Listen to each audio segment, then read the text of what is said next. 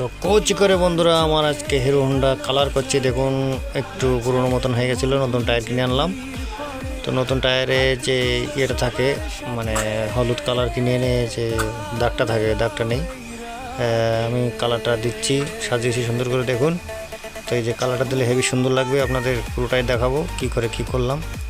এই যে কালার কিনে নিয়েছি 40 টাকা দিয়ে একটা, এনে সুন্দর করে টায়ারের এটা লাগিয়ে দিচ্ছি গোল করে হেভি। এই দেখুন কত সুন্দর লাগবে, বাহ একদম কোচি করে কত সুন্দর লাগছে। দেখুন আমার হিরো হোন্ডা। এখন দেখা যাক এখন কী হবে, কিছু বলা যাচ্ছে না। সাইকেলটা একটু পুরনো হয়ে গেছে মনে হচ্ছে, বৃষ্টির জলে ভিজে।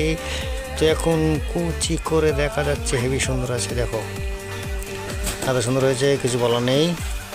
মানে কী বলবো, অসাধারণ অসাধারণ হিরো হোন্ডা।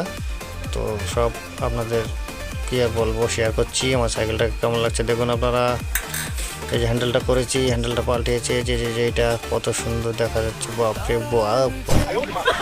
তো কী বলবো, রোদে বসে বসে এই কাজটা করলাম, মনে করলাম আপনাদের কাছে শেয়ার করি।